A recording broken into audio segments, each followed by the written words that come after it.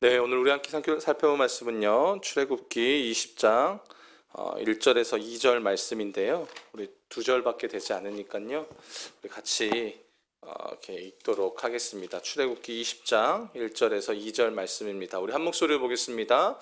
시작. 하나님이 이 모든 말씀으로 말씀하여 이르시되 나는 너를 애굽 땅 종 되었던 집에서 인도하여 낸 내 하나님 여호와니라. 아멘.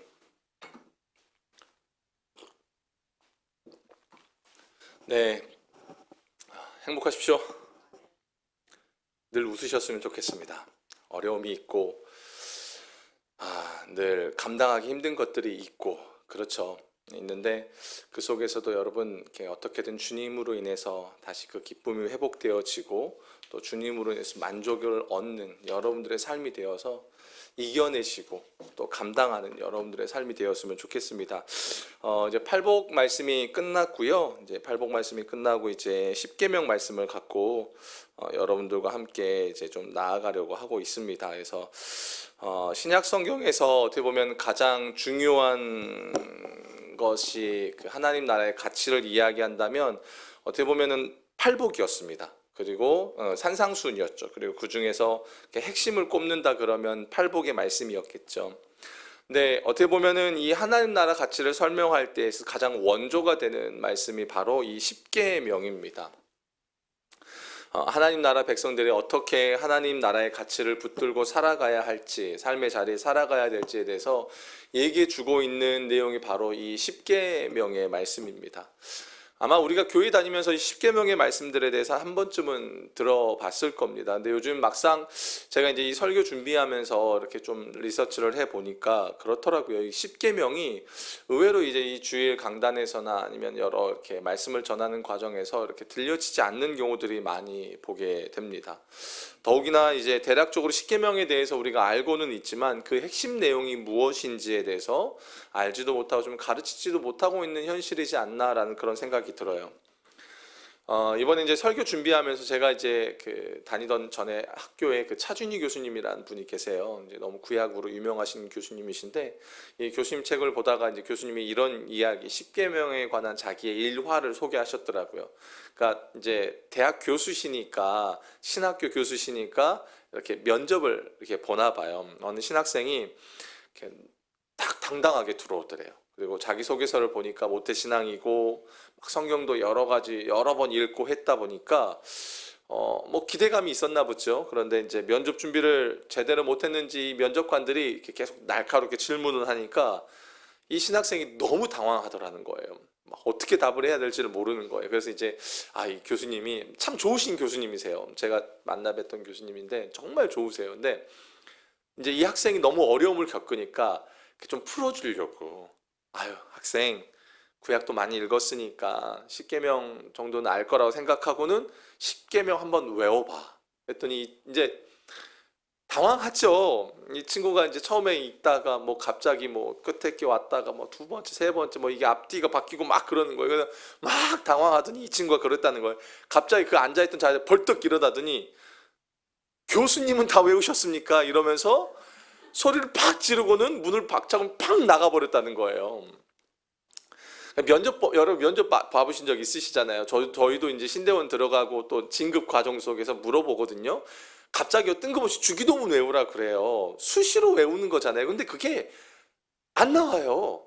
사도신경 안 나올 때가 있단 말이에요. 뭐 그랬다는 거. 근데 이 교수님 말에 교수님은 다 외우셨습니까? 요 말이 계속 가슴에 남더라는 겁니다. 그러니까 뭔가 이게 외우려고도 하기도 하고 십계명에 대해서도 알기도 하고 그렇지만 정확하게 그 의미들을 또 어떤 건 너무 학문적으로 나가기도 하고 너무 또 그 의미를 잘 모르고 가는 경우들이 많지 않을까라는 생각이 들어요. 그러면서 어떻게 보면 오늘날 살아갈 때에 특별히 이제 기독교의 윤리가 많이 무너지고 어떻게 보면 우리의 그 가치, 예수를 믿는다는 것의 그 가치가 많이 무너진 이 시대 속에 어떻게 보면 이 신약의 팔복과 그리고 이제 구약의 십계명의 요 말씀이 하나님이 우리로 하여금 다시금 점검해 보게 하는 그런 시간이 되지 않을까라는 그런 생각이 들어요. 꼭 필요하지 않을까.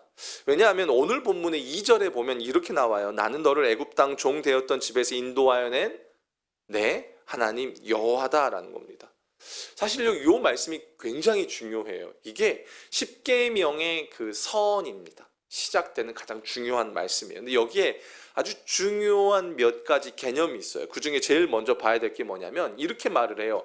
나는 너를 애굽 땅 종 되었던 집에서 인도하여 낸 너의 하나님이다, 이렇게 말합니다. 이게 무슨 말입니까? 지금 하나님께서 이스라엘 백성들에게 십계명을 주셨는데 언제 주셨어요, 여러분? 언제 주십니까? 출애굽을 하기 전입니까? 하고 난 이후입니까? 애굽에서 건져내신 이후에 주신 겁니다. 그러니까 그 후에 계명을 주신 거예요. 그러니까 즉 십계명을 주신 이유와 목적이 니네 이거 지키면 내가 니네 구원해 줄 거야. 구원 받을 거야. 너 이대로 다 지켜. 그럼 구원 받을 거야. 이거예요? 아니라는 겁니다. 이게 무슨 말이냐면 하나님은 지금 이스라엘 백성들을 구원할 목적으로 십계명을 주시는 게 아니라 이미 구원받은 이스라엘 백성이 뭐예요? 하나님의 백성답게 살아가도록 인도하시기 위해서 주신 게 바로 십계명이라는 겁니다. 여러분 팔복 기억나세요? 제가 팔복의 전제 조건이 있다고 그랬어요. 뭐라고 그랬습니까? 하나님의 자녀들에게 주신 거예요. 그러니까 그 말씀은 팔복의 이 내용은 세상 사람들하고 맞진 않아요. 왜요? 이미 전제 조건이 다르잖아요. 믿지도 않는 사람들한테 가가지고 니들 뭐 심령이 이 말이 안 된다라는 거죠. 마찬가지입니다. 그러니까 십계명 이거는 구원을 얻기 위한 하나님의 율법이 아니라 구원받은 백성이 백성답게 살아가도록, 즉 하나님의 자녀답게. 우리 요 앞에 가면 19장에 가보면 하나님이 이스라엘과 언약을 맺으세요. 그러면서 뭐라고 말해요? 너희를 내가 제사장 나라로 불렀다고 말해요. 그러니까 제사장답게 살아가도록 하기 위한 하나님의 율법이라는 거예요. 말씀이라는 겁니다. 굉장히 중요해요. 이게 얼마나 중요하면 하나님이요 이 말씀을 이스라엘에게 어떻게 전하는지 아세요? 그 전하시는 과정을 보면 이 말씀이 얼마나 중요한지 알 수 있어요. 자, 여러분 오늘 말씀 1절 한번 읽어볼까요? 다 같이 성경을 좀 피세요. 자, 출애굽기 20장 1절입니다. 자, 하나님이 이 모든 말씀으로 말씀하여 이르시되. 자, 여러분 이게 뭐 맨날 하나님 말씀하면서 말씀으로 이르시니까 이렇게 느껴지잖아요. 별로 감흥이 없어요. 대단한 것 같지 않아요. 그런데 잘 들어보세요. 구약에 하나님이 여러 율법들을 주실 때 뭐 언약법, 성결법, 제사법 뭐 여러 법을 주시잖아요. 근데 대부분 법을 하나님이 주실 때 누구를 통해서 주시죠?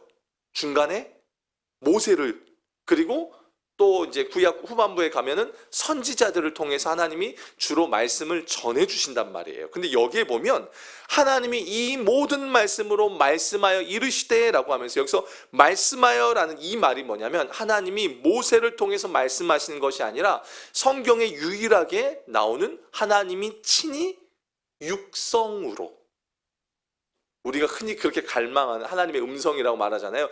귀에 들리는 육성으로 지금 말씀하신다는 겁니다. 이스라엘 백성들이 다 듣도록. 여러분 이해가 되십니까? 자, 한번 잘 생각해 보세요. 민수기 1장에 가면요 출애굽한 이스라엘 백성들의 숫자가 나와요. 1세대들 20세 이상 전쟁에 나갈 만한 사람들의 숫자를 계수하니까 몇 명이 돼요? 60만 3,550명입니다. 여기에다가 20세 미만이고, 그리고 여긴 여자와 노인들이 빠졌어요. 자, 이 사람들을 다 이렇게 모아보니까 물론 학자들마다 조금씩의 수치는 다르지만 대략적으로 이 당시에 이스라엘 백성들의 숫자가 몇 명이냐면 200만 명이에요. 여러분 성남시의 인구가 몇 명인지 아세요? 제가 한번 조사를 해봤어요. 가장 최근 데이터 검색해 보니까 몇 명 정도 될 것 같습니까? 92만 명. 그럼 200만 명이면 어느 정도일까요? 그죠? 대략적으로 감이 오시죠? 중요한 건 그 200만 명이 다 들어야 될 음성이라는 거예요. 어떨까요? 뭐 지금 하나님은 이스라엘에 선포하실 때 대충 이렇게 야, 너 듣고 싶은 놈 듣고 야, 듣기 싫은 놈은 듣지 마. 이게 아니에요.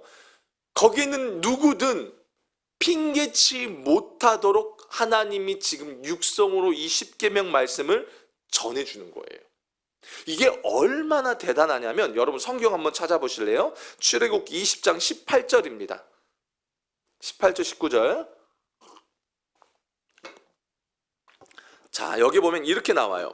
자, 함께 보겠습니다. 시작. 뭇 백성이 우레와 번개와 나팔 소리와 산의 연기를 본지라 그들이 볼 때 떨며 멀리 서서 모세에게 이르되 당신이 우리에게 말씀하소서 우리가 들으리다. 하나님이 우리에게 말씀하시게 말게 하소서 우리가 죽을까 하나이다. 뭐예요? 지금 이스라엘 백성들이 그 하나님의 음성을 감당해요, 못해요? 못하는 거예요. 모세, 제발 그냥 당신이 혼자 올라가서 듣고 그냥 우리한테 얘기해줘요. 하나님한테 이게 직접 말씀하시는 거 멈춰줘요. 우리 죽을 것 같아요. 어느 정도였길래? 그죠? 이게 우리가 감이 잘 잡히질 않아요. 그 음성이 어느 정도였길래? 중요한 건 여러분 그렇잖아요. 이렇게 자식들한테 교육하실 때 안 그러세요? 저는 그래요. 저는 이렇게 특별히 중요한 얘기를 할 때 제가 목소리 톤이 좀 높아요. 평소에도 좀 목소리가 통이 큰지 몰라도 근데 제가 중요한 걸 얘기를 할 때는 좀 더 강조해요. 그래서 다른 사람들이 볼 때 좀 오해를 해요. 또 광 목사 승질 났네, 승질 났어. 아니요, 그게 아니라 저는 너무 중요한 거예요. 그 중요하기 때문에 또박또박 정확하게 힘을 줘서 전 그걸 얘기해요. 우리 아이들한테 동일하게 얘기해요. 지금 하나님의 마음이 그런 거예요. 얼마나 중요하면 십계명이 얼마나 중요하면 그러겠냐는 거예요. 이스라엘 백성 모두가 오해하지 않고 누구도 부정할 수 없도록 그분의 육성을 통해서 말씀하시는 거예요. 여러분 이 사건은요 성경의 유일무이한 사건입니다. 이런 사건이 없어요. 그 이후에 하나님의 모든 건 다 모세와 여러 선지자를 통해 직접 이렇게 말씀하시는 건 없다는 거예요. 근데 모세가 뭐라고 말하냐면 거기 20절 여러분 성경 찾으셨죠? 20절 볼게요. 함께 보겠습니다. 시작. 모세가 백성에게 이르되 두려워하지 말라. 하나님이 임하시면 너희를 시험하고 너희를 경외하여 범죄하지 않게 하려 하십니다. 두려워하지 마. 하나님이 너희에게 이렇게 임하신 이유는 너희를 시험하고 너희로 진짜 하나님을 경외하며 너희가 이 말씀을 붙들고 범죄하지 않고 하나님의 택함 받은 백성답게 살아가기 위함이야. 뭐예요? 하나님의 마음이 거기에 담겨 있다는 겁니다. 여러분은 어떠세요? 율법 탁 하면요 탁 어때요? 일단 탁 싫죠. 그죠? 자, 이 설교 준비하면서 어떤 목사님 책을 케빈 드 영이라는 외국 목사님이 이렇게 딱 쓰신 책을 봤는데 거기 그렇더라고요. 십계명을 공부해 보면 인간의 반항적인 본성이 확연하게 드러난다. 반항적인. 우리는 해야 할 일과 하지 말아야 할 일을 명령하시는 하나님을 좋아한다, 싫어한다? 어떠세요? 좋아하세요, 싫어하세요? 싫어하시죠. 이게 우리의 본성이에요. 이게 우리의 본성이 저도 그래요. 잔소리 엄청 싫어하거든요. 그죠? 해라, 하지 말아라. 우리의 본성이 그래요. 오늘날 더 그래요. 이게 이 율법이라는 게 우리를 올가매는 것 같아요. 특별히 요즘에 그 포스트 모던 시대라고 말을 합니다. 누구의 통제를 받기도 싫어합니다. 다 내 마음대로 살고 싶은 욕망이에요. 그러니까 이런 시대에 우리가 살다 보니까 교회도 영향을 받을까요? 안 받을까요? 받는 겁니다. 여러분 제일 듣기 싫은 말이 뭐예요? 순종. 교회 여러 단어들 있잖아요. 기도 이런 거 좀 괜찮아요. 사랑도 조금 뭐 그럴 수 있어요. 순종. 탁. 목사님 또? 그래. 요거잖아요. 이게 우리의 본성이고 이게 이 시대의 흐름이라는 겁니다. 그러니까 율법을 우리를 통제하기 위한 구속의 법, 부정의 법으로 생각하는 거예요. 근데 하나님의 마음은 이와 정반대예요. 여러분 이 성경을요 압축기 아시죠? 압축기로 탁 돌리면 딱 한 단어가 나옵니다. 그게 무슨 단어인지 아세요? 제가 여러분 성경 공부할 때 가르쳤던 거 기억나세요? 딱 한 글자가 한 단어가 나와요. 바로 사랑이에요. 요걸 조금 더 확장하면 뭐가 된다고 그랬죠? 하나님 사랑과 이웃 사랑이에요. 요걸 조금 더 일목요연하게 정리해 놓은 게 뭐예요? 십계명이에요. 어떻게 보면요 십계명은 하나님의 사랑을 아주 일목요연하게 정리해 놓은 책이에요. 여기에는 우리를 향한 하나님의 애절한 마음이 다 담겨져 있는 겁니다. 근데 이 하나님의 마음을 놓쳐버리면요, 어떤 반응이 나온지 아세요? 아까 이스라엘 백성들이 말했잖아요. 아우, 하나님 직접 말씀 그만하세요. 왜요? 하나님의 마음을 모르거든요. 애절하고 절박하고 430년간 종살이하던 그들을 건져내실 때의 마음, 그 하나님의 마음을 모르니까 어때요? 이런 반응이 나오는 겁니다. 반대로 모세는 어때요? 마음을 아니까 이렇게 이야기하는 겁니다. 우리도 그런 것 같아요. 그러니까 하나님이, 제가 이제 목회를 하면서 제일 안타까운 것이 어느 순간에 이 신앙이 종교화되어지는 게 제일 두려워요. 그건 저도 마찬가지예요. 그러니까 설교가, 그 다음에 우리의 행위가, 이 신앙의 모든 것이 그냥 종교화. 종교화라는 게 뭐예요? 하나님과 우리와의 인격의 관계가 없이, 마음이 없이, 그분을 향한 절박한 마음이 없이, 사랑의 마음이 없이 그냥 흘러가는 것, 습관적으로 가는 것, 이게 두려운 거죠. 하나님이 지금 먼저 이야기하시는 거예요. 하나님의 마음을 먼저 우리는 알아야 한다는 겁니다. 그런 그들에게 뭐라고 말하냐면 오늘 본문 2절 잘 보세요. 나는 너를 애굽 땅 종되었던 집에서 인도하여 낸 내 하나님 여호와니라. 여러분, 이게 무슨 말씀처럼 들려주세요? 이게 선언이에요. 하나님의 선언. 하나님이 이것부터 딱 잡고 가는 거예요. 이게 제가 만든 용어거든요. 이거는 모르겠어요. 있는지. 전 이걸 뭐라고 하냐면 관계 설정이라고 말을 해요. 관계 설정. 하나님이 지금 이스라엘 백성들에게 십계명의 말씀을 주기 전에 먼저 관계 설정을 탁 하는 거예요. 관계 설정. 야, 이스라엘, 나는 너를, 여러분 이것도 굉장히 중요해요. 이거 여기 너를이라는 말이요, 2인칭 단수로 쓰여졌습니다. 웃기지 않아요, 여러분? 지금 하나님의 이 육성의 말씀을 듣는 사람이 몇 명이에요? 인원 개수만 60만 명이고 전체를 따지면 200만 명이에요. 그럼 야, 너희들은 이렇게 말씀하시는 게 맞잖아요. 그죠? 아니에요? 맞으면 거기에 끄덕끄덕 해주세요. 맞잖아요. 근데 뭐라고 말하면 나는 너를이라고 말해요. 너희들이 아니고 너예요. 너. 이건 뭐예요? 너만 잘 챙기라는 거예요. 각자의 신앙이라는 겁니다. 야, 너야. 다른 사람 보지 마. 너. 이렇게 말씀하시는 거예요. 나는 너를 애굽 땅, 그것도 세상의 것에 사로잡혀 있던 그 애굽, 종살이하던 그 애굽, 거기서 인도하여 낸 너의 하나님이야. 강조점이 어딘지 느껴지십니까? 여러분, 이 뉘앙스가 느껴지십니까? 여러분, 구원받으셨습니까? 구원받으셨습니까? 안 받으셨군요. 복음부터 다시 들어가야 될 것 같군요. 어떠십니까? 오늘날 신약으로 표현하면 이거예요. 주님이 말씀하시는 건 내가 너를, 죄 가운데 있던 너를 그리스도 예수 안에서 구원하여 낸 내가 너의 하나님 여호와야 라는 겁니다. 여러분, 이게 왜 중요할까요? 여러분, 이게 왜 중요할까요? 이 관계 설정이 되어 있지 않으면요, 신앙생활이요, 완전히 무너집니다. 신앙생활이 완전 다른 방향으로 갑니다.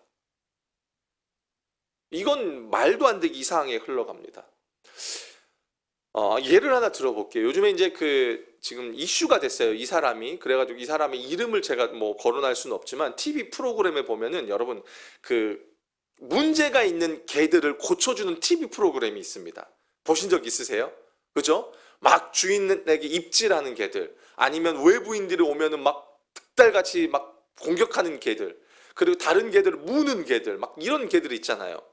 공격해주는, 이거를 이제 고쳐주는 그런 TV 프로그램이 있어요. 여러분, 훈련사가 하는 일이 가장 크게 뭔지 아세요? 사람과 개와의 관계를 설정해 줍니다. 여러분, 개 좋아하십니까? 저도 개 굉장히 좋아하죠. 전 고향이 진돗개로 유명한 진도예요. 여러분, 진도에서 살지 않으시면요, 개에 대해서 논하시면 안 돼요. 저는 어렸을 때부터 나름 개를 좋아한단 말이에요. 그런데 오늘날 요게 틀어지니까 문제가 되는 관계 설정. 일단 그 훈련사가 어떻게 하는지 아십니까? 그 개가 소파 위나 침대 위에 올라가면요, 과감하게 개를 탕 쳐버립니다. 올라오지 못하게 하는 거예요.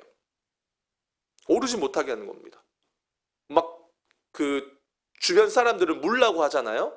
가족들마저 물라고 그래요. 그러면 어떻게 하냐면 걔가 오면은 발로 빵 차버리거나 목줄 잡고 땅 땡겨버립니다. 저렇게 해도 되나? 어머, 너무 잔인해. 이렇게 얘기하잖아요. 아니요. 목이 깨갱 소리 날 정도, 쉰 소리 날 정도 딱 잡아 채버립니다. 발로 뻥 차버립니다. 왜 그렇게 하는지 아십니까? 넌 개야. 넌 개야. 네가 나를 지키는 게 아니라 내가 너를 지키는 거야. 나중에 한번 보세요, 여러분. 진짜 그렇게 해요. 밀쳐버려요. 강하게, 완전히요. 소파에 오르지 못하게, 침대에 오르지 못하게 하는 거예요. 그 문제가 있는 개의 특징이 뭔지 아세요? 자기가 주인인 줄 알아요. 자기가 사람이라고 착각해요. 진짜 그래요. 오늘날 대부분 다 이렇게 개를 키워요. 여기에 심지어 뭐라고 말하냐면 개를 향해서 엄마야, 죄송해요, 여러분. 잘 들으셔야 돼요. 이거 되게 중요해요. 우리 동성애만큼 이제 앞으로 여러분 대두되는 문제가 뭐냐면 종을 넘어서는 죄악이 가득할 거예요. 동성애는 같은 성끼리의 문제잖아요. 이건 종이에요. 하나님이 말씀하셨어요. 생육하고 번성하고 땅에 충만하라, 땅을 정복하고 다스리라고 말했어요. 동물은 동물이에요. 우리가 다스림을 받는 존재잖아요. 근데 그 동물과 우리를 같은 인격, 말로, 목사님 말인데요. 아니요. 단어에는요, 개념이 들어가요. 단어에는 그 사람의 마음이 들어가요. 이거 굉장히 조심해야 될 부분이에요. 어쨌든 훈련사들이 하는 가장 중요한 첫 번째 일이 뭔지 아세요? 관계 설정이에요. 개는 개라는 거예요. 여러분, 이거 오해하시면 안 돼요. 개 소중히 여기셔야죠. 저도 개 좋아한다니까요. 근데 동물로서 소중하게 사랑하고 아끼고 해야 된다는 겁니다. 이게 문제가요, 굉장히 심각해요. 관계를 어떻게 설정해 주느냐에 따라서 그 이후부터 달라져 버리는 겁니다. 개가 자기가 주인인 줄 아는 거예요. 목사님, 너무 심한 비유하신 거 아니에요? 우리의 신앙이에요? 아니요. 우리의 삶은 어떨까요? 여러분, 우리의 신앙은 어떨까요? 이 관계 설정이 틀어지니까요, 우리가 교회에서 어떤 행동들을 하는지 아십니까? 하나님 노릇을 합니다. 판단하고 내가 끌어가려 하고 내 욕심대로. 제가 이전 교회에 있을 때 너무 이것 때문에 힘든 경우들이 있었습니다. 교묘하게 말은 굉장히 신앙적입니다. 굉장히 막 반듯하고 모든 모임도 참석하고 뭐 다 성경. 결국엔 그 속을 들여다보면 뭔지 아십니까? 자기가 하나님입니다. 그 사람을 보면 신앙적이지만 관계 설정이 틀어져 있습니다. 여러분, 창세기 1장 1절 우린 너무 잘 알죠. 뭐라고 나와요? 태초에 하나님이 천지를 창조하시니라. 여러분, 이 말씀은요, 이 10계명 20장 이전에 하나님이 성경 전체에 선언하는 하나님의 계시와 선포예요. 이게 뭐냐면요, 인간이란 존재는요, 하나님이 허락하신 태초라는 시간, 그리고 천지라는 공간 안에서 살아간다는 겁니다. 여러분, 그걸 벗어나는 존재가 누구냐면 신이에요. 시간과 공간. 여러분, 오늘날 이단들이 너무 많잖아요. 이단들 구별하는 방법은 딱 하나예요. 우리나라에도 막 예수님이 몇 명이죠? 뭐 너무 많더라고요. 하나님도 너무 많고. 여러분, 분별하는 방법 딱 하나입니다. 그들이 주장하는 그 사람들은요, 늙으면 안 돼요. 차 타고 다니면 안 돼요. 왜요? 신은요, 시간과 공간을 초월해야 되거든요. 반대로요, 사람은 어때요, 여러분? 여러분, 한 해 한 해 다르시죠? 그렇죠? 벌써 올 초와 지금 5월 중반을 넘어갑니다. 버거우시죠? 왜요? 우리는 하나님이 정하신 시간과 공간 안에서 제약을 받는 존재예요. 그러니까 우리가 늙고 병들고 힘들게 사는 겁니다. 하나님이 먼저 모든 인류에게 이렇게 말씀하시는 거예요. 하나님은 하나님이고 사람은 사람이라는 겁니다. 그걸 조금 더 구체화해서 이제는 믿는 자들에게 말씀하시는 거예요. 나는 너를 애굽 땅 종 되었던 곳, 거기서 인도하여 낸 너의 하나님 여호와야. 여호와 무슨 말입니까? 여러분 출애굽기 3장에 가보면 여호와 스스로 있는 자라고 말하잖아요. 언약에 신실하신 분. 여러분, 우리는 스스로 존재할 수 없어요. 우리는 신실할 수 없어요. 하나님이 먼저 율법을 주기 전에 이걸 먼저 각인시켜 주는 겁니다. 우리의 실존, 우리의 존재가 어떤 존재인지 착각하지 말라는 겁니다. 오버하지 말라는 겁니다. 하나님의 은혜와 하나님의 보호와 하나님의 다스림이 없으면 우리는 살아갈 수 없는 존재다. 하나님이 율법을 주시기 전에 먼저 이것부터 땅 때리고 그 다음에 십계명의 말씀이 쭉 나가는 겁니다. 이스라엘에게 법을 주시는 분이 누구인지, 여러분 말씀을 주셨다는 건 무슨 의미인지 아십니까? 율법을 주셨다는 건 무슨 의미인지 아십니까? 우리는 그 하나님의 말씀 없이는 살아갈 수 없는 존재다라는 겁니다. 이걸 의미하는 거예요. 근데 자꾸만 사단은 어떻게 합니까? 우리가 하나님의 말씀 없이 내 마음대로, 내 생각대로, 내 뜻대로 살아가도 된다라고 착각하게 만드는 거예요. 거기에 우린 너무 쉽게 속아나갑니다. 여러분 잘 생각해 보십시오. 이스라엘 백성들이요, 구원받은 것이 그들이 율법을 지켜서가 아닙니다. 여러분 우리가 구약 율법은 이렇게 순종 이렇게 말을 하는데 아니요, 구약도요 은혜의 법입니다. 이스라엘 백성들이 스스로 홍해를 가를 수 있어요, 없어요? 없습니다. 구약은 율법, 신약은 복음, 그거 아니에요. 구약도요 은혜의 법이에요. 그래서 이스라엘에게 주어진 율법은 구원법이 아니라 이걸 뭐라고 말하냐면 성민법이라고 말해요. 거룩한 백성답게 살아가도록. 우리 그렇게 잘 못하잖아요. 그러니까 주신 거예요. 그러니까 은혜로 주셨다라는 겁니다. 근데 이 관계 설정이 틀어지면 여러분 하나님이 육성으로 이걸 말씀하시는 거예요. 그 관계 설정이 얼마나 중요하면 우리에게 이렇게 말씀하실까요? 그렇죠? 백성답게 살아가기를 원하시는 하나님의 마음이 얼마나 중요하면 이렇게 말씀하시냐는 겁니다.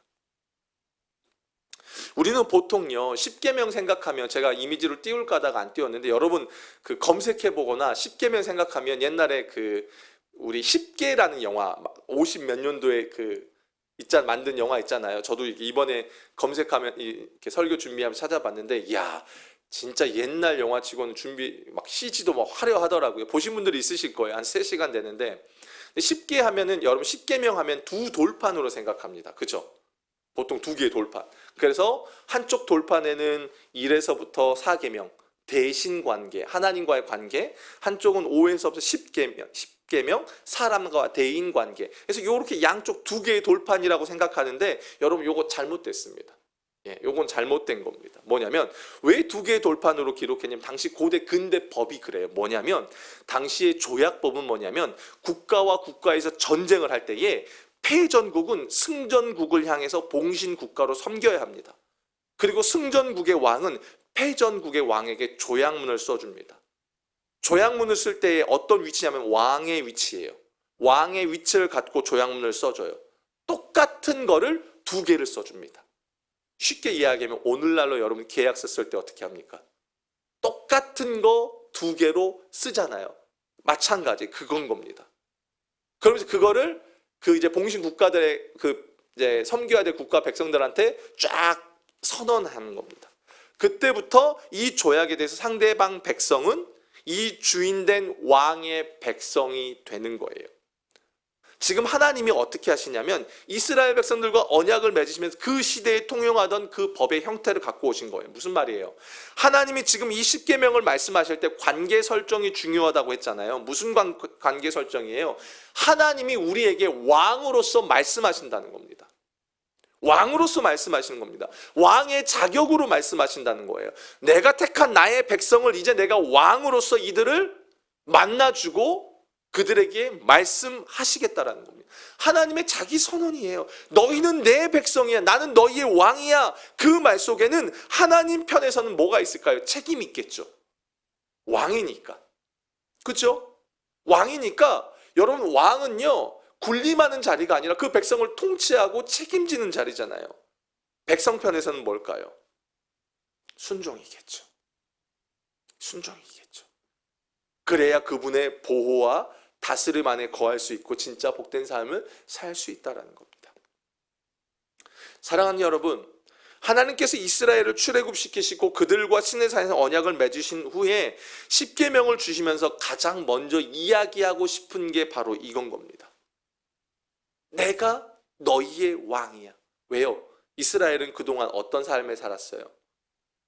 애굽을 왕으로 섬기며 살았잖아요. 여러분, 우리는 그동안 어떻게 살았어요? 예수 믿기 이전에 우리는요, 세상을, 나 자신을, 헛된 허황된 것들을 왕으로 우상으로 섬기며 살았잖아요. 그게 우리예요. 그런 우리에게 뭐라고 말해요? 하나님이 내가 너희의 왕이야. 관계를 탁 정해주는 거예요. 관계를. 내가 너를 애굽 땅 종되었던 집에서 인도하여 낸 너의 하나님 여호와야. 이건 오늘 예수를 믿는 우리에게도 동일합니다. 여러분, 예수를 믿는다는 게 뭡니까? 내가 하나님의 자녀가 됐다는 거잖아요.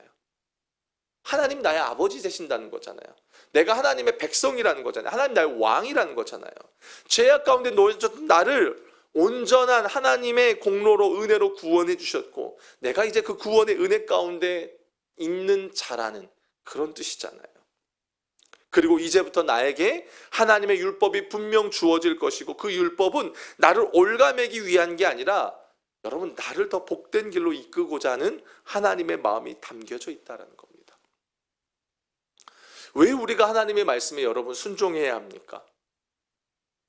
이건 자꾸만 우리는 이렇게 인과응보적으로 이렇게 순종하면 이렇게 뭔가 복을 받으니까 뭔가 이걸로 거래 차원으로 할 때가 참 많습니다. 아닙니다. 여러분, 순종은 당연한 겁니다. 여러분, 자식들이 말 안 들으면 어떻습니까? 어저께 저희 선율이가 그러더라고요. 이제 저희 집에 제가 조금 엄한 편이기는 해요. 근데 선율이가 아빠, 지율이 데리고 가서 뭘 이제 자기가 이제 좀 누나 행색을 좀 하고 싶었나 봐요. 그래서 편의점에 가서 뭐 좀 사준다고 사주고 하는데 지율이가 또 누나 말을 또 잘 안 들어요. 안 듣잖아요. 뭐 누나 동생 관계가 그렇더라고요. 안 듣더라고요. 했더니 그때 그러는 거예요. 아, 아빠, 지율이가 말 진짜 안 들어. 그러면서 아빠, 내가 아빠 말 잘 안 듣는 거 그거 똑같은 거 같아. 내가 이해했어. 그 얘기를 하는 거예요. 안 듣죠. 들어야 합니다. 우리가 남의 자식에게는요 말 못하죠. 여러분들도 그렇잖아요. 교회 오셔서도 남의 자식이니까 쉽지 않죠. 내 자식은 혼내고 말도 합니다. 자식도요, 남의 다른 부모들 말은 귓등으로 들어요. 그렇죠? 귓등으로 듣죠. 내 부모의 말은 들어야 합니다. 안 들으면 관계가 없는 겁니다. 우리가 말씀에 순종하지 않는다는 것을 심하게 말하면 내가 하나님을 아버지로 여기지 않겠다라는 거예요. 여러분, 꼭 뭔가 바라고 순종하는 것, 물론 신앙의 수준이 있겠죠. 아이들에게는 때로는 훈육을 하기 위한 너 이거 하면 선물 줄게. 예. 죄송한 표현이지만 저급한 수준이죠. 그런데 하나님 진짜 원하는 건 뭘까요? 눈빛만 봐도 알 수 있는 그런 관계를 하나님은 원하신다는 겁니다. 이미 하나님과의 관계 안에 우리는 들어와 있기 때문에 우리에게 있어서 순종은 당연한 것이고 그 순종하는 것 자체가 복인 겁니다. 이걸 해서 얻는 것이 아니라 그것 자체가 관계 안에 들어있기 때문에 복이라는 겁니다. 여러분, 오늘은 제가 조금 이제 서론적인 부분들을 좀 다루고 있어요. 다음 주부터는 이제 제가 본격적으로 들어갈 건데 여러분, 십계명 하면 좀 딱딱하죠. 사실 느낌이 그래요. 근데 원문에는 십계명이라는 말이 없어요. 십계명이란 말이 없어요. 10마디 말씀 이런 말만 있어요. 이걸 후대에 가서 십계명이라고 이렇게 이제 명칭을 만든 건데, 10마디 말씀하면 어떻습니까? 어떻게 느껴지십니까? 거룩하지 못한 죄인 된 자를 구원하고 자기 백성을 삼아 주시고, 어떻게든요. 저는 이 십계명의 말씀 속에 특별히 이제 이게 확장되면 레위기로 확장이 되잖아요. 저는 이 레위기를 설명할 때에 하나님의 러브레터라고 말합니다. 제가 이제 성경 공부 가르칠 때 하나님의 러브레터. 뭐뭐 하지마, 뭐뭐 해. 이게 다 레위기잖아요. 십계명도 그렇잖아요. 이게 어떻게 러브레터가 돼요? 하나님은요, 거룩하지 못한 자를 건져내시고 나서요, 이 거룩하지 못한 자의 우리의 몸에 먼지를 털어주시고 옷도 갈아입혀 주시면서요, 이 험난한 길을요, 두 손 꼭 잡고 같이 가고 싶은 거예요. 여기에 하나님의 마음이 있어요. 같이 가고 싶은 거예요. 내비두면요, 이 구원받지 못한 삶을 살아가요. 건져냈어요. 그리고 이게 같이 살아가는 삶이 너무 중요하니까 하나님이 이렇게 말씀하시는 거예요. 여기에 하나님의 마음. 동시에 1절에 보면 여기 하나님이란 말이 나오잖아요. 이게요, 엘로힘이에요. 여호와라는 언약의 신실한 신명 쓰지 않고요, 전능하신 절대자 엘로힘과, 야, 내가 너희를 건져냈는데 그냥 건져내지 않았어. 난 전능한 자야. 내가 이제부터 너희의 왕으로 너희의 삶을 통치하고 너희에게 말씀하고 너희를 끌어갈 건데 난 전능해. 이걸 말하는 겁니다. 여러분, 백성들에게 있어서 기대하는 왕은 뭡니까? 자신들이 섬겨야 될 대상으로 끝나지 않아요. 왕은 자신들의 생명을 지켜주고 보장해주는 존재라는 겁니다. 여러분, 왕이 불안하면 어떻습니까? 약하면 어떻습니까? 백성은 불안하길 마련인 거예요. 하나님이 그렇게 말씀하시는 거예요. 엘로힘, 내가 전능해. 너희는 두려워할 필요가 없어. 너희는 내 백성이 되었고 너희는 내가 말한 걸 지키면 나와 함께 가면 돼. 내 인생은, 너희의 인생은 내가 책임져. 지금 하나님이 이 이야기를 하시는 겁니다. 사랑하는 여러분, 십계명의 내용을 본격적으로 살펴보기 전에 성경은 우리에게 먼저 딱 선을 긋고 있습니다. 하나님은 하나님이세요. 여러분 동의하십니까? 사람은요, 그저 사람이에요. 조금 더 가졌고 조금 덜 가졌고 조금 더 잘생겼고 조금 덜 생겼고 요 정도 차이예요.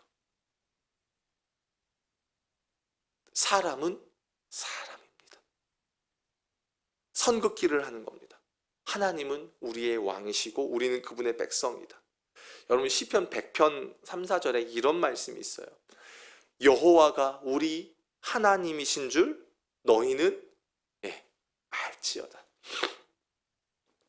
그는 우리를 지으시니요 우리는 그의 것이니 그의 백성이요 그의 기르시는 양이로다.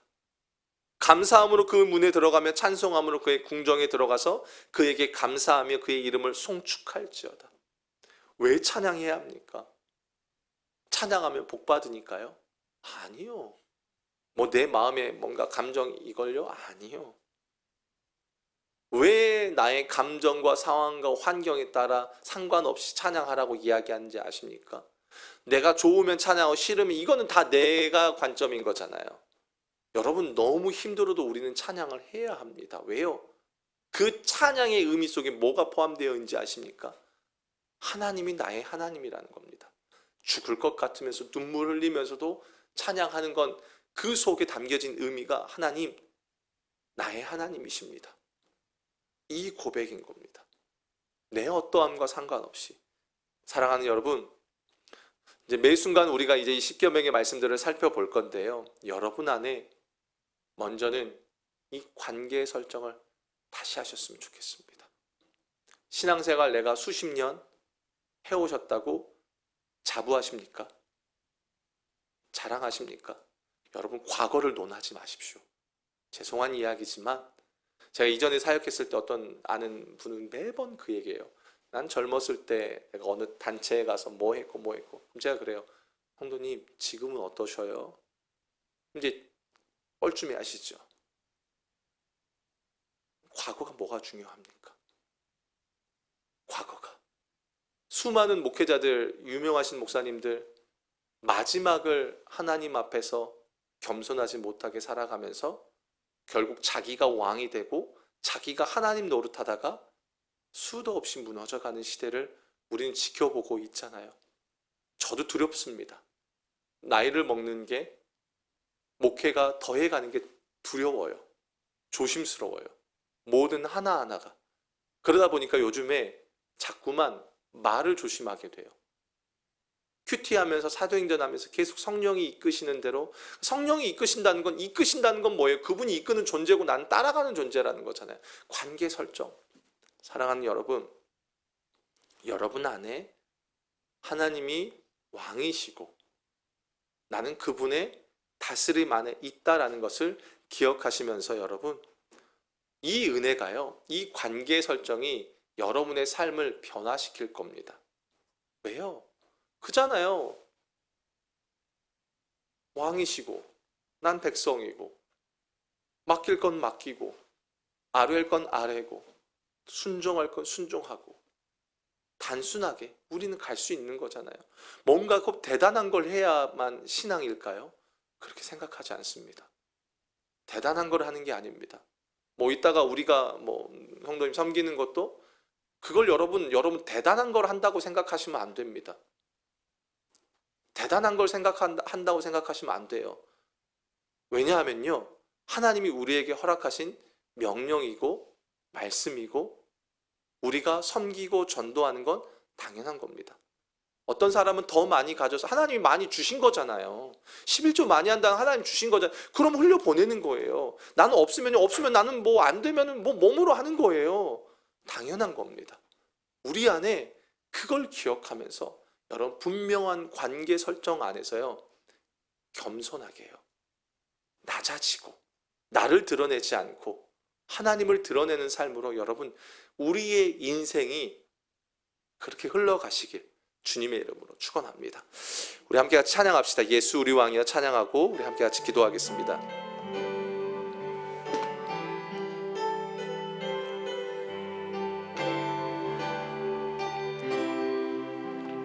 예수 우리 왕이여, 예수 우리 왕이여,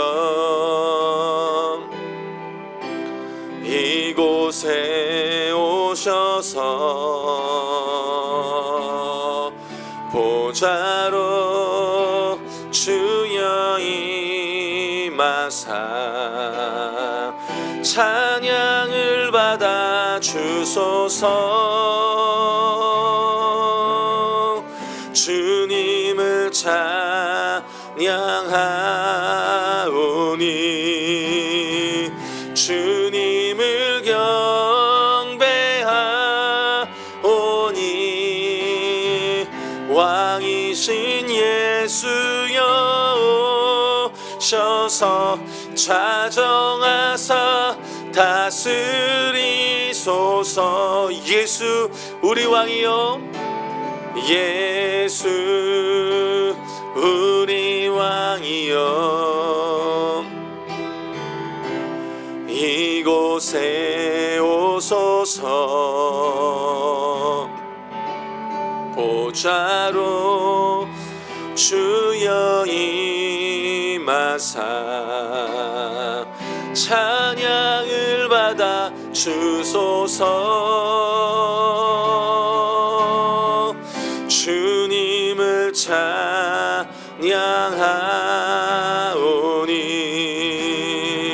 주님을 경배하오니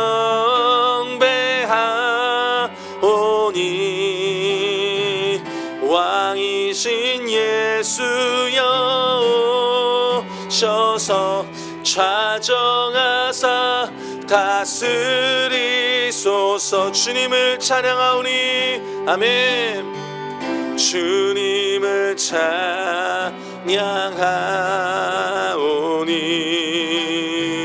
주님을 경배하오니 왕이신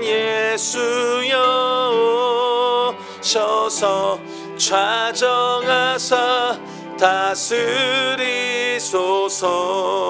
아멘. 우리 함께 같이 기도하며 나아갑시다. 하나님께서는 구원받은 백성에게 십계명을 주십니다. 하나님의 마음은 구원받은 백성이 하나님의 뜻과 말씀대로 살기를 원하는 겁니다. 근데 우리의 본성은 어떻습니까? 여전히 하나님의 통치를 싫어합니다. 여러분, 우리 안에 혹시 이런 마음이 있습니까? 사단이 주는 속삭임에 넘어가서 하나님 말씀에 대한 부정적인 마음이 있습니까? 아니면 내 마음대로 여전히 이 영역은 하나님께 맡기지만 이 영역만큼은 내 마음대로 내 뜻대로 살아가려고 하는 부분들이 있습니까? 이 시간 우리 회개하면서 기도했으면 좋겠습니다. 동시에 하나님, 주님, 내가 온전히 주님의 다스림을 맛보기를 원합니다. 이 영역만 맛보고 이 영역은 아닌 것이 아니라 내 삶의 모든 영역 속에 다 주님의 다스림 안에 거하여서 진정한 자유와 기쁨을 맛보며 누리는 하나님 내 삶이 되게 해 주시옵소서. 우리 회개하고 주의 다스림을 구하며 이 시간 나아가길 원합니다. 기도하겠습니다. 아버지 하나님, 이 시간 간구하며 나아갑니다.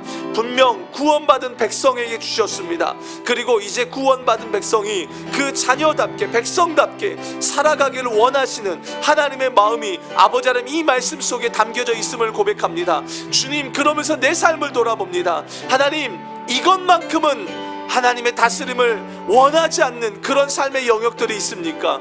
아버지 하나님, 하나님은 우리의 삶의 모든 영역을 다스리길 원하는데 주여, 내가 이것은 원하고 이것은 원치 않는 나의 고집이 있습니까? 나의 아집이 있습니까? 하나님 아버지, 내 손으로 붙잡은 것이 있습니까? 주여, 우리가 회개합니다. 그 모든 것들을 내려놓고 분명히 관계를 설정하며 하나님은 왕이시기에 그 하나님의 다스림을 구하며 나아갑니다. 주의 다스림을 받는 자들은 자유함과 기쁨이 있습니다. 때로는 내가 원하는 대로 풀려지지 않을지라도, 주여 사방으로 우겨쌈을 당한 것 같을지라도 내가 주의 다스림 안에 있을 때 하나님, 그런 자들은 평안과 기쁨을 누리게 됩니다. 주여, 그 은혜를 우리가 맛보길 원합니다. 하나님, 환경 탓만하고 아버지 하나님 내 삶은 왜 이러냐고 비관하는 것으로 끝나지 않게 하여 주시옵소서.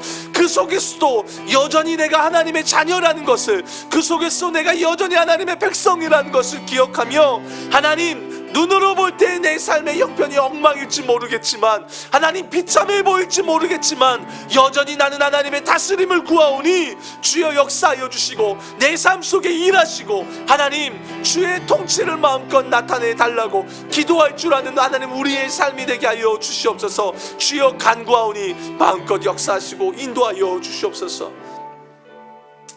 여러분, 1절에 보면 하나님의 신명이 엘로힘으로 나옵니다. 그 말은 이스라엘을 구원하시고 그들을 끌어가는 분이 절대자 전능하신 하나님이라는 겁니다. 백성들에게 왕은 단순히 자신들이 섬겨야 될 대상을 넘어서 왕은 자신들의 생명을 지켜주고 보장해주는 존재입니다. 여러분, 그래서 엘로힘인 겁니다. 이 시간 기도할 때 전능하신 하나님, 우리를 다스려 주십시오. 여러분, 여전히 해결되지 못한 부분이 있습니까? 우리는 왜 그걸 가지고 가야 하는지 아십니까? 하나님께로 그의 백성이기 때문입니다.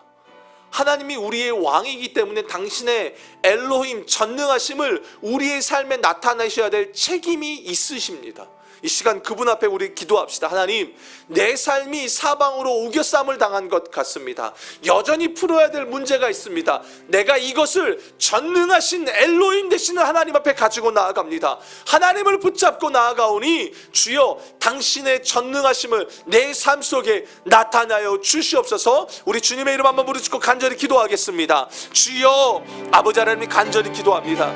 전능하신 하나님 아버지, 당신의 전능하심을 구합니다. 하나님은 나의 왕이시고 나를 다스리시는 분이시기 때문에 주님께 간구합니다. 주여, 역사하여 주시옵소서. 당신의 전능함을 내 삶에 나타내 주시옵소서. 우리 성도들의 삶 속에 여전히 우겨쌈을 당하고 여전히 막혀있고 여전히 어찌해야 될지 모르는 그 상황 속에 놓여진 자들이 있습니까? 그들에게 주님 엘로힘의 하나님이 보여지길 원합니다. 전능하신 하나님이 보여져서, 하나님, 나는 하나님의 백성이기 때문에 당연히 아버지 하나님 하나님 앞에 내 문제를 가지고 나아갑니다. 하나님이 나의 하나님이기 때문에 당신은 나에게 당신의 전능함을 나타내야 될 의무가 있습니다. 아버지 하나님, 이런 기도로 주님 앞에 나아가는 우리 성도들이 되길 원합니다. 문제에 함몰되어서 기도조차도 할 수 없는 저들에게 주여 성령님 이 시간 임하여서 저들의 눈을 열어주시고 저들의 마음을 열어주셔서 문제에 사로잡혔던 저들이 다시 한번 힘을 얻어서 주님을 바라보고 믿음으로 달려 나아갈 수 있는 아버지 하나님 우리 성도들이 될 수 있도록 주여 인도하여 주시옵소서. 그 주님을 바라볼 때에 전능하신 하나님이 저들을 일으키실 것입니다. 그 주저앉는 자리에서 한 걸음 발걸음을 내딛게 할 것이고, 그 상황 속에서 사방으로 막혀 있지만 하늘은 뚫려 있다라는 것을 분명히 바라보게 하며 이겨낼 수 있도록 인도하실 줄로 믿습니다. 전능하신 하나님 아버지 엘로힘, 그 전능하신 하나님이 우리를 다스려 주시옵소서. 간구하며 나아갑니다. 하나님은 분명 왕으로서 우리에게 말씀하십니다. 그 말은 내가 택한 백성은 내가 끌어갈까요? 동시에 백성은 어떻습니까? 순종하는 삶을 사는 겁니다. 여러분, 이건 옵션이 아니고 이건 딜하는 게 아닙니다. 우리에게 당연한 의무입니다.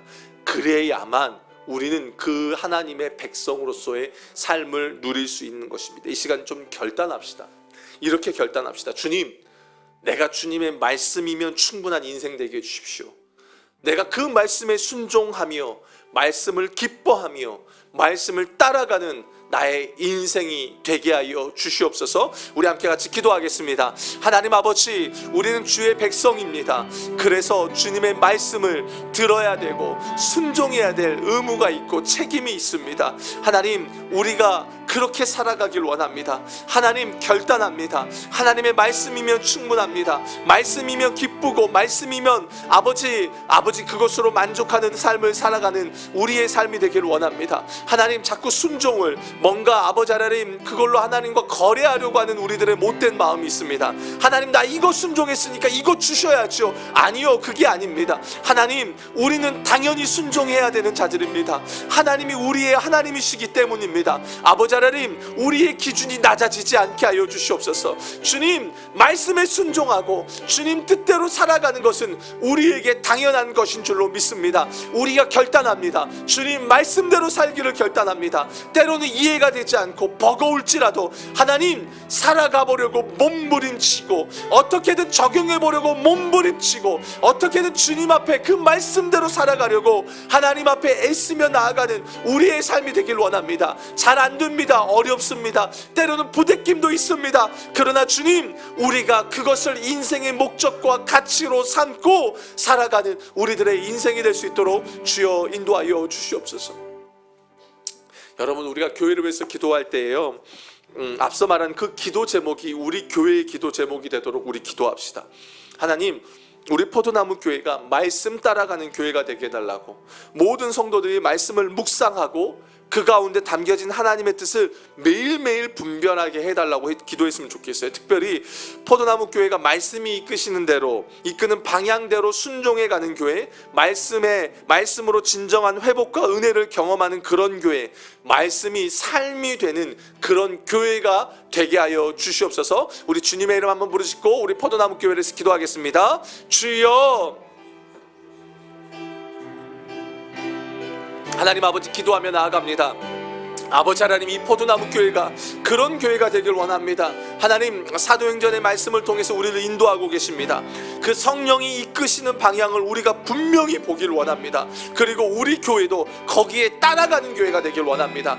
말씀이 삶이 되는 교회가 되길 원합니다. 말씀으로 충분한 교회가 되길 원하고, 모든 성도들이 어린아이부터 아버지 어른에 이르기까지 모두가 하나님 그 말씀을 붙잡고 말씀 앞에 서서 살아가는 하나님 우리 포도나무 교회가 될 수 있도록 주여 인도하여 주시옵소서. 성령께서 우리를 인도하고 계십니다. 말씀을 통해서 우리를 인도하고 계실 때에 하나님, 우리가 거기에 순종하며 믿음으로 반응하며 주님 앞에 나아가는 그런 우리의 삶이 될 수 있도록 주여 인도하여 주시옵소서. 하나님 앞에 그렇게 믿음으로 나아가는 우리의 인생 되길 원합니다. 하나님 앞에 믿음으로 살아가는 우리 교회가 되길 원합니다. 그래서 우리 교회가 말씀이 삶이 되어지는 그런 교회, 하나님 은혜가 있는 그런 교회, 아버지 하나님 우리 포도나무 교회가 될 수 있도록 주여 인도하여 주시옵소서. 여러분, 우리 주중 예배를 위해서 우리 한 번 더 좀 같이 기도합시다. 새벽기도회, 또 성령 집회, 주일 예배, 또 꿈이 든 예배, 청포도 예배, 여러분 모든 예배 가운데 하나님의 임재가 있게 해달라고 기도했으면 좋겠습니다. 요즘 들어 계속 그런 마음입니다. 예배의 가치를 소중히 여겼으면 좋겠다는 마음이 있습니다. 모든 성도들, 이건 저도 마찬가지입니다. 저도 일에 빠지다 보면 예배의 가치를 놓쳐버릴 때가 많습니다. 저도 결단하며 기도하는 겁니다. 여러분, 우리가 기도해야 합니다. 하나님, 예배의 가치를 우리가 분명하게 둘 때 하나님 그 예배 가운데 임재가 일어나게 될 줄로 믿습니다. 이 시간 우리의 모든 예배 성령님 다스리시옵소서, 충만하게 임재하여 주시옵소서. 우리 주님의 이름 한번 부르짖고 기도합시다. 주여, 하나님 아버지, 우리의 예배를 위해서 기도합니다. 하나님, 새벽 기도회, 또 성령 집회, 아버지 수요 중보 기도회, 주일 예배, 꿈이 든 예배, 청포도 예배, 하나님 우리 모든 예배, 예배에 대한 우선순위 가치, 하나님 그것을 분명하게 하고 예배하길 원합니다. 하나님, 우리의 삶이 그렇게 가길 원합니다. 우리 교회가 정말 아버지 하나님 한 번의 예배를 드릴 때마다 하나님 거기에 마음을 쏟길 원합니다. 거기에 온 힘을 쏟길 원합니다. 그래서 그 예배를 통해서 일하시는 하나님에 대한 기대와 소망, 또 그 가운데 역사하실 주님에 대한 갈망을 갖고 하나님 우리가 예배하는 그런 우리 포도나무 교회가 될 수 있기를 간절히 원합니다. 주여, 찬양과 기도와 말씀과 어느 것 하나 하나님 우리가 소홀히 여기지 않고 그 시간은 주님의 시간이고 주님을 위한 시간임을 우리가 믿기에 하나님 앞에 나아갑니다.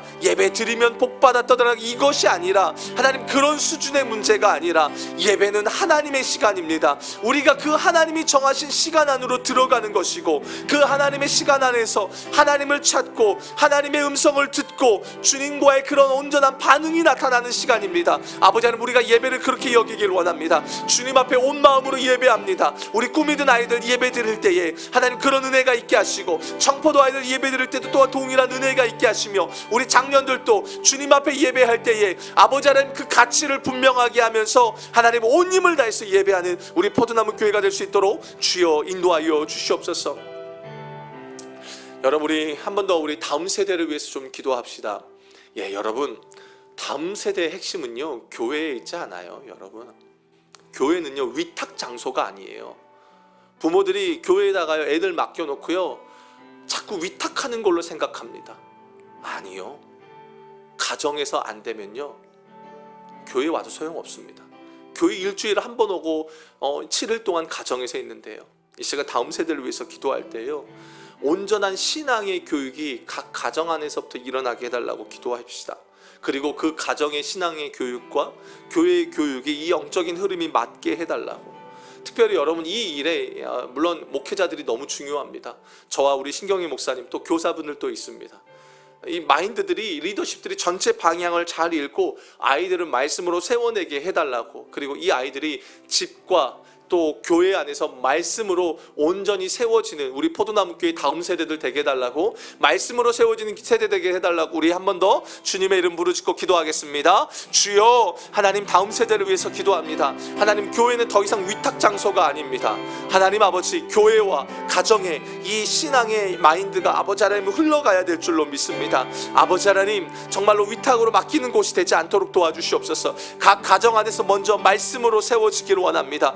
부모된 자들이 먼저 자녀들에게 말씀을 가르치고 말씀이 본이 되게 하시고, 하나님 또 교회 안에서도 아버지 그것이 온전히 동일하게 이루어지기를 원합니다. 이 일을 감당하는 저와 우리 신경희 목사님, 그리고 우리 교사들이 있습니다. 하나님, 그 리더십들이 먼저 온전한 방향을 읽고 말씀으로 아이들을 세워가려고 하길 원합니다. 놀이와 하나님 즐거움, 그것도 중요하겠지만 그것이 우선이 아니라 정말로 이 아이들에게 말씀이 들어가야 합니다. 하나님, 앞으로 세대가 암울합니다. 암담합니다. 하나님, 다음 세대를 세워내지 않으면 교회는 소망이 없습니다. 하나님 아버지, 이 다음 세대에 우리가 여러 가지로 투자하고 헌신하고 하나님 여기에 마음을 쏟기를 원합니다. 그래서 이 포도나무 교회가 온전히 정말 다음 세대가 부흥하는 그런 교회가 될 수 있도록 아버지 하나님 이 교회 가운데 역사하여 주시고 인도하여 주시옵소서. 우리 마지막으로 우리 교회 한몸 기도문, 또 한우 기도문을 보고 기도합시다. 하나님, 이 포도나무 교회 가운데 함께하여 주시고, 이 교회가 정말 하나님 기도한다는 건 내가 기도했어 이게 아닙니다. 우리가 할 수 없으니까 우리 기도하는 것이고 하나님의 전적인 은혜와 도움을 간구하는 것입니다. 이 시간 마지막으로 주님 이 포도나무 교회 가운데 역사하여 주시옵소서. 특별히 우리 환우들 여러 가지 또 환우들이 있습니다. 또 알고 있는 여러분 주변에 환우들이 있다면 그 환우들을 놓고도 우리 함께 같이 우리 마지막으로 주님의 이름 한번 부르시고 기도하시고 여러분 전도하시는 시간들 또 이렇게 섬기는 시간들 갖도록 하겠습니다. 기도하겠습니다. 주여